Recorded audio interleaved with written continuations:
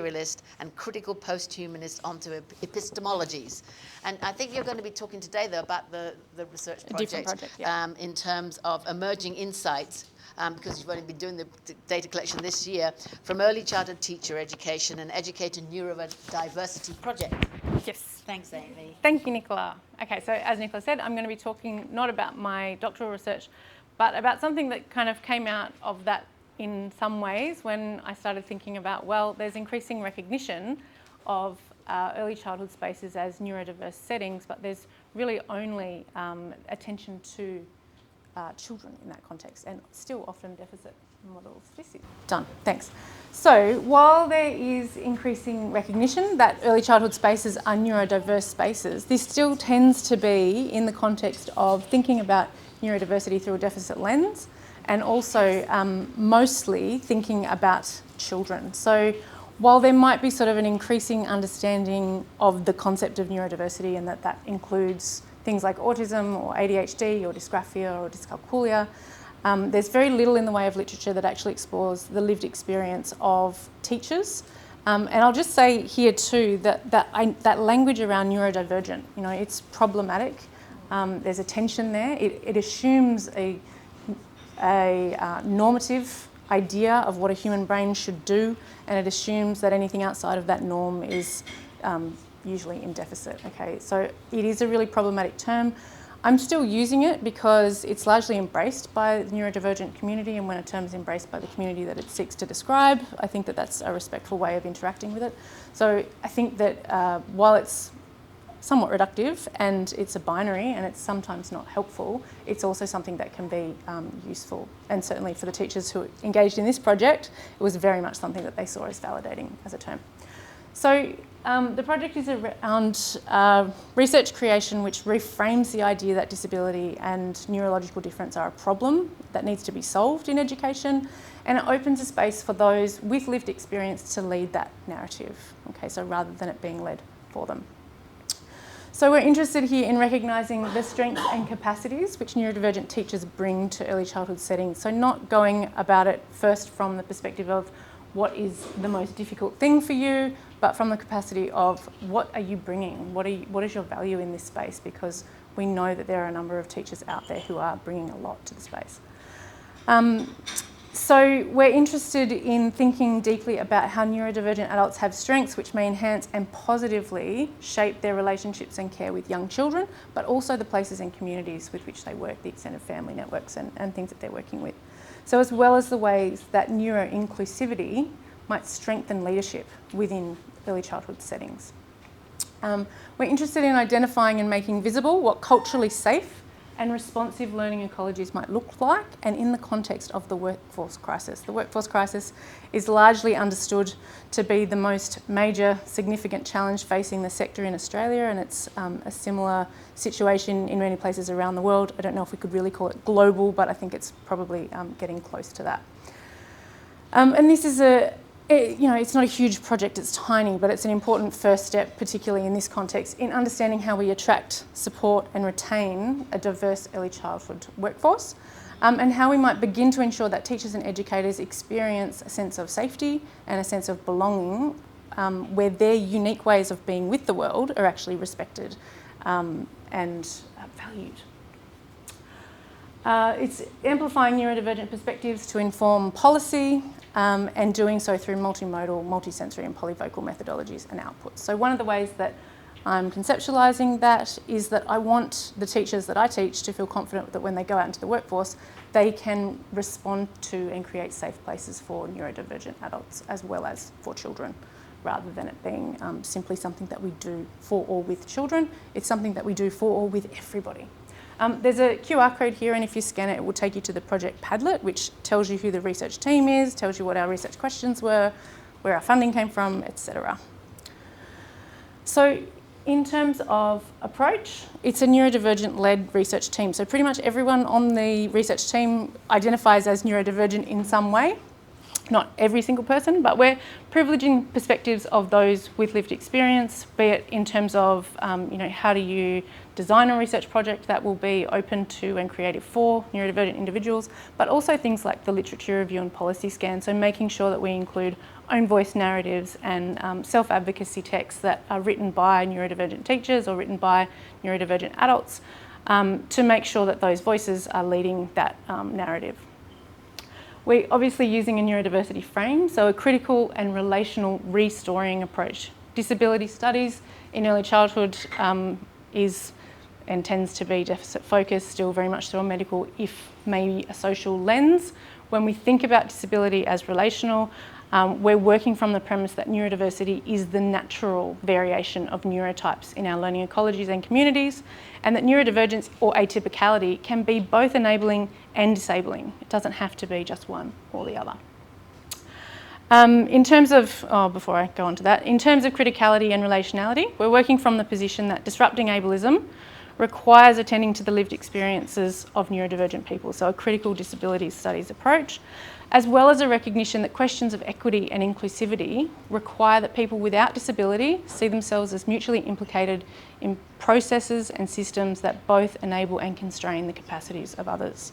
So when I talk about a learning ecology, I'm talking about the people, the places, the policies, the politics, the pedagogies, the practices that make up a learning environment or a setting, and the systems in which we operate in educational contexts. So the focus of any insights arising from this research is about supporting change in those areas rather than attention to or onus on the teachers to change themselves or to fix themselves or to do something differently to fit in. In terms of an artographic research methodology, we're working in this project from the premise that all teachers are creative, and even though they may not identify as artists, they are all researchers, they are all inquirers, and that those roles are all inextricably linked in with one another. So the A most obviously and usually stands for artivist, though some of us might not feel confident identifying with that term. I like the A to also stand for advocate, for activist. We might think of it here as anti-ableist. For me, it's also autistic. So this conceptualisation, this methodological positionality informs the methods on the move that we're doing in this project. So particularly through the workshops and the co-creation of an online Padlet by the teachers themselves and the resources and short films and videos. By on the move, I mean methods that had and continue to have a responsiveness to creative input from the participants or teachers. So, for instance, as part of the workshops, the teachers curated the Padlet and decided what would be made public and what wouldn't. Thank you, Kate, for suggestion in that as well. So there's some of the ways that we're thinking about it. And the methods are obviously mixed in terms of being both qualitative and post-qualitative. And this is the poster that we used to recruit people, and we put that on social media. We sent that out through teacher networks and had people contact us to participate. So it included 2 online workshops. So teachers worked in their own space with materials of their choosing. We made suggestions to them around things like pencils, textures, magnetic specs, clay, if you have it, whatever you wanted to have on hand, was open to them. We did interviews, so in person and online. They were filmed, some were unfilmed, some are going to be used as part of the videos that we create. Some of them are just being kept as a more traditional source of data. So we found that having multiple ways that people could participate on their own terms was a great opportunity for it to be more responsive to the teachers that we were trying to work with. And then also we had an anonymous online survey. So when we went to design the consent form, Sarah, who's also on the research team, is quite a good Qualtrics user, and she's part of the neurodiversity project that the university is doing on a wider scale. And so she actually pulled some of her questions and we reformulated them into an online survey, so we'd have some data that we could work with as well, which is, you know, not something that I would have done in the absence of having worked with her. So that was also really good. And if you go to this Padlet here, you can actually see the prompts that we used in each of those workshops and the responses that the teachers put on. And the idea initially was to make it public from the outset, and then we, in consultation with Kate, she suggested, you know, that might actually be a little bit I don't know, just too challenging for people to come at a project for the first time, to put things online. And so she suggested, why don't we do it as part of the workshops, and then the teachers can decide for themselves what they want. They didn't decide to take anything off. They all were very open, very generous with their perspectives, and when I gave them that option, they said, actually, no, we've loved these conversations and we want those to be made public, because so many people just don't, unless they are working in a team with someone who's really open and who has already felt safe enough to disclose, they might not have any perspective on this prior. Okay, so emerging insights, what are we finding? So obviously the importance of co-creating research with neurodivergent-led research teams and neurodivergent communities. Kind of can't be overstated how important it is that communities drive their own narratives within educational research. I think that's something that's probably not news to anybody here. So far, the things that the teachers have self-identified are things around emphasising their capacity to connect and empathise, particularly with neurodivergent children. So almost all of them identified that that was a key strength, pedagogical strength, but it was also something that at times could be problematic for them. Okay, so because it might result in, at times, negative attention from leadership and from management around spending too much time with some children over others. Okay, and that was something that came through from a lot of the teachers. Sensorial attunement, so with people and place. So for instance, being able to anticipate when a sensory environment was going to become overwhelming and may lead to shutdown or meltdown for children or for other neurodivergent colleagues, being able to support colleagues and leadership and families to reframe what might otherwise be framed as challenging behaviours as sensory seeking or communication. Relationships with materials and early childhood spaces. So similar to sensory attunement, the relationships with materials and with textures were highlighted as a key strength. So being able to understand and make sense of what feels safe in a space for children, being responsive to neurodivergent ways of being with the world. Advocacy and representation was another one. So really being able to reframe misconceptions or assumptions about challenging behaviour from more neuro-affirming positionality. So for example, when proprioceptive or vestibular sensory seeking is framed as aggression, or when interoceptive dysregulation is missed or misread as misbehaviour. So neurodivergent educators highlighted that being seen as someone with lived experience often repositions them as an expert within the teaching team and within the community, and often that means that they're someone who becomes sought out by families and by other staff to talk about their experience. So they find themselves obviously more confidently stepping into that role when they felt very safe to disclose and to share their diagnosis with their management and with the service provider or their HR or whoever it happens to be. In terms of challenges, many people talked about the attitudinal barriers, particularly of colleagues and service providers, but the news wasn't all bad here. So many had really positive experiences and were really able to share and flip into that advocacy role once they found their people and found the right fit. So many of them talked about, once I found my people, I was good. But it took me quite a bit of time to find my people. And I gave a presentation about this at the Neurodiversity Research Symposium and also the Faculty of Education Conference, and I posted the video of it to the WhatsApp group that the participants created after the project and invited me to. And one of them watched it and said, I didn't talk about some of those things in my interview, but I see myself in the things that people have identified here, and I realise how much this project has actually validated my experience of being part of this community. So that for me was like a really, really shared response. It was certainly how I felt about doing it, but it was really nice to hear that and to say, I saw those things and I didn't even have to talk about them. This community knew that they were there for me, so that was really good. In terms of challenges, we also had the ideas around sensorially challenging work environments. For anyone who's ever been in an early childhood centre, they stink. They're loud, they're really echoey, they're visually very, very overstimulating for neurodivergent people quite often. So they highlighted that was a challenge, but they also saw it as an area of absolute strength because they were able to share insights and advice and suggestions. So reducing sound through hanging fabrics from the ceilings, or using diffusers, or using practical strategies that they could kind of bring to that space. So increasing outdoor time so that you dilute the sound, sharing larger spaces, having time with animals, having time with preferred textures as part of your routine and your rhythms throughout the day, so that children have opportunities to regulate and adults have opportunities to regulate. If we know it's good for children, we know it's good for adults as well in this context. There were both enabling and disabling aspects of disclosure. So enabling when this was really positively received. For example, teachers found themselves being reframed as kind of lived experience experts, as I talked about before.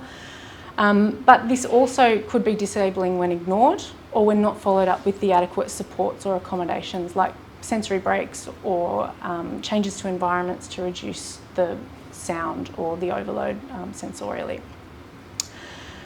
And the last one that I'll talk about was workforce instability and unpredictability. So the workforce shortage often means that there's a reliance on agency staff. We often think about the impact of that on children, and we're quite aware that unpredictable relationships are really difficult.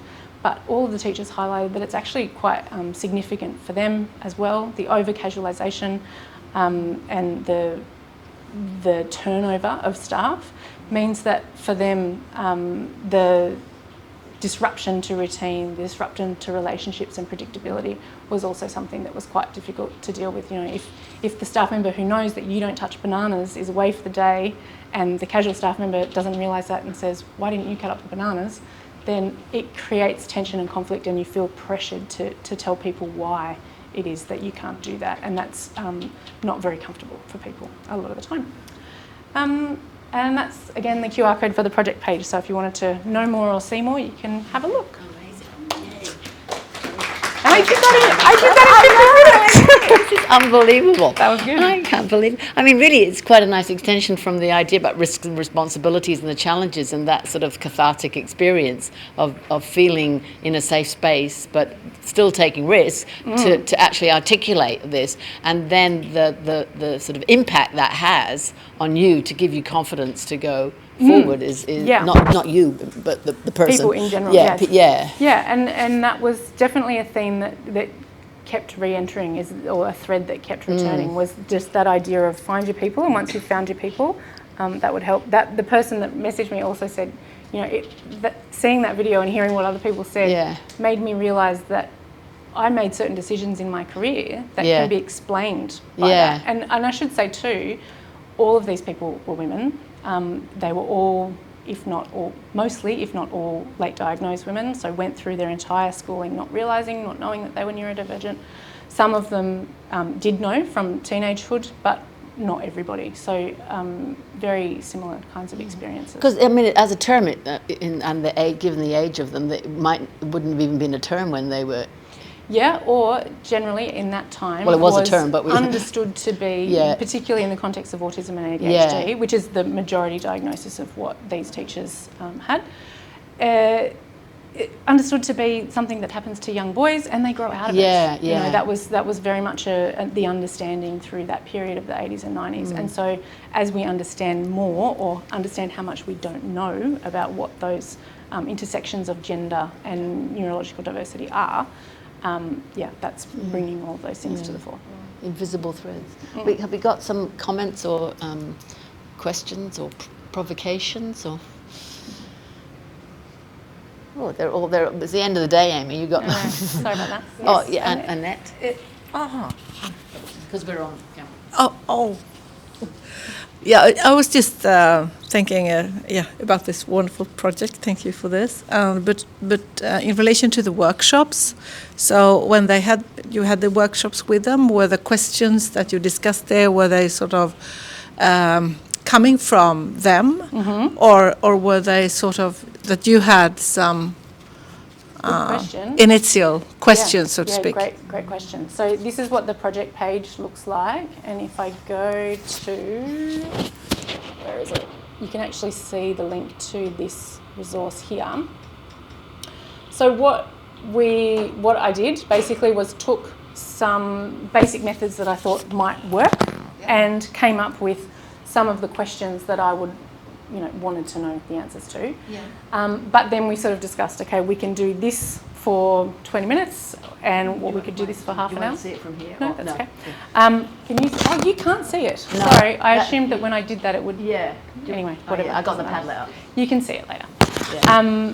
And so, yeah, we had questions because I wanted to provide all of the participants with the questions beforehand. I didn't want them to be walking into that and not knowing what they would be asked.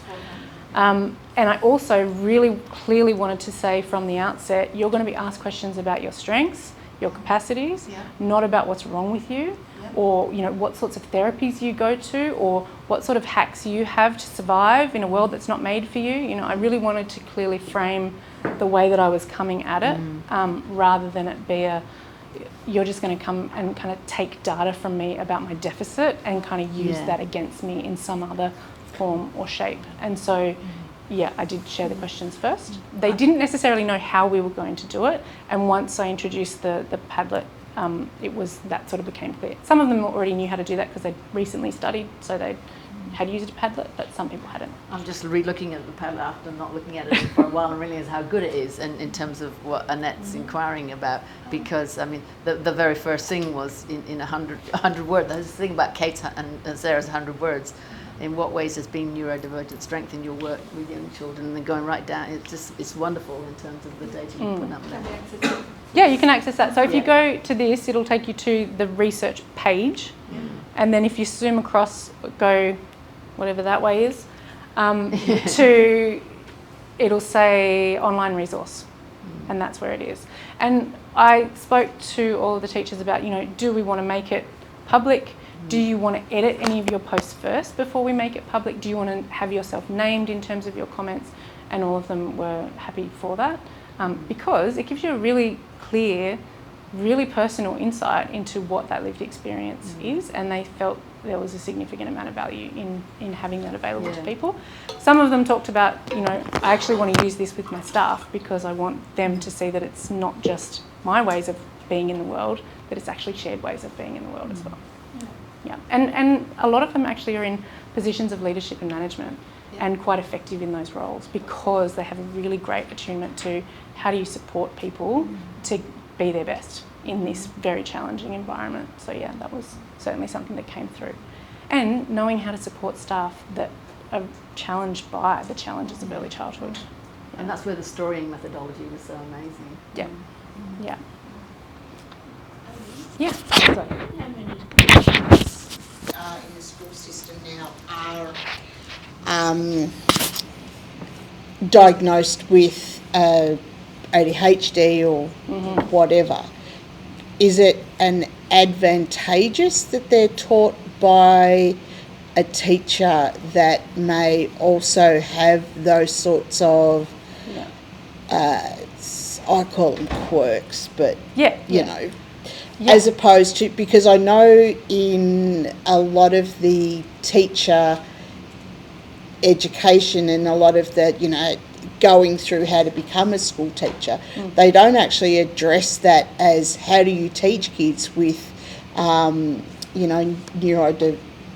Well, they do, but they might address it in slightly different ways. So all courses have requirements that you have to include diversity, equity, inclusion subjects, which is often the subjects that I teach in our Masters of Teaching in Early Childhood and the Grad Dib. But in answer to your question around, is that advantageous? We don't necessarily know that because there isn't research to show us whether or not it is. But in terms of, think about it as walking into a learning setting and knowing that somebody speaks your language. Is that going to put you at ease in a way that helps you to be open to learning new things? Probably more so than if you walk in and you know that nobody speaks your language. And so when we think about neurological difference as a cultural experience or way of being in the world, I think you can probably understand that it's advantageous for teachers to be aware of the ways that their sensorial experiences of the world shape their relationships with children and with places and with spaces. No, so there's more work on primary and secondary, and Matt Harrison has a paper that came out fairly recently where they did this in the context, or not did this, but did a literature review in the context of how much research, what do we know about primary school teachers and secondary school teachers, but they didn't consider early childhood in that research. Yeah. Kate. I think that's something that we need to consider even when we think about anything to do with disability in education, is that people with disability have less opportunities to actually participate in the systems that we then query. So if we want to look at how many neurodivergent teachers there are, if we want to look at how many deaf and hard of hearing teachers there are, if we want to look at teachers with physical disabilities in wheelchairs, everybody talks about needing to see themselves, but we don't do it when we talk about disability. So we have and disability is cultural. So for me, neurodivergence is cultural. If we talk about culture in school, we've talked about interculturalism today. What does the pluriversal disability idea actually open for us in education is why it's not about the studies, it's about the relative to opportunity. Where are these teachers? How many kids finish school? How many kids finish their university degrees? How many opportunities are made available for people who are neurodiverse? And I think that that's the question that we have to keep asking, and I don't think we do it enough. So we sit in a position of privilege, and I'm freaking lucky that I scraped through every single moment of education. But not everybody has. No. And so they're not at the table to then even participate. And why I see and have seen a lot of neurodivergent people and people with all types of disabilities that they claim in art schools, in early childhood settings, is because the standards are lower and people go psycho over it. But that relative to opportunity standard is the thing that makes it equitable. So how we actually revision everything is the language that we need to have, not where are the studies, but why aren't the studies here? Because those people aren't here. Yeah. The people that are here are the really lucky ones, not the ones, who have the gifted version, because it's not a gift. It's a absolute horror to not work out how to get to school each day, let alone how to get to university and then become whatever it is. I think it almost needs an undoing and a relooking, which is what this study's doing, but all of education needs to relook at it. Oh, yeah, definitely. Who's not at the table for a reason? Yeah, definitely. And there's, I think, within not only this group, but I think in the larger kind of self-advocacy and own narratives that you read, a lot of people who become teachers who are particularly neurodivergent or that have a disability is because they want to be the teacher that they never had. I want to be the teacher who goes, you don't have to read and write to do literacy, let's dance or do a play or paint a picture or something, because I understand the connections of literacy between those things rather than thinking about it in this really traditional model. So yeah, I think there's definitely space for that, for sure. But yeah, it's quite a small study, obviously. Yeah. 29. Okay, is there any more questions? Did that even answer you? I don't even know if you had a question there, Kate. I'm not No, sure it's just ranting. Yep, Angela. What's next for this work?